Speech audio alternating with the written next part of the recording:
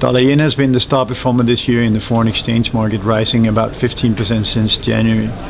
All based on the fact that Japan apparently now is successful in creating inflation. The truth, however, is very different. There is no change in the inflation expectations. The bond market is not reacting. The only two things reacting is the dollar yen foreign exchange rate, and to some extent the equity market, which has seen positive impact from a weaker currency. We are now coming into a period where all the easy talk is done. We now need to see the action. We have to remember the Japanese society is one of the most conservative societies in the world, and as such it's very difficult to change people's behavior in terms of expecting high inflation when they've been living with 30 years of deflation.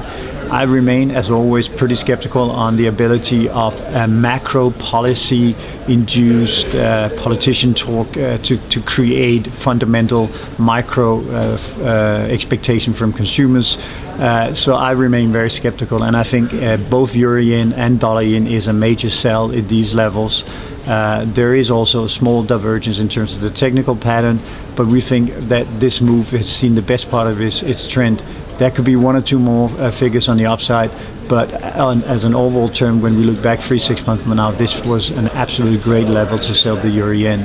The stuff needs to be placed above 130, in my opinion, if you do take this trade. But overall, I think it's a relatively good risk-reward trade to short both the dollar yen and the euro yen here.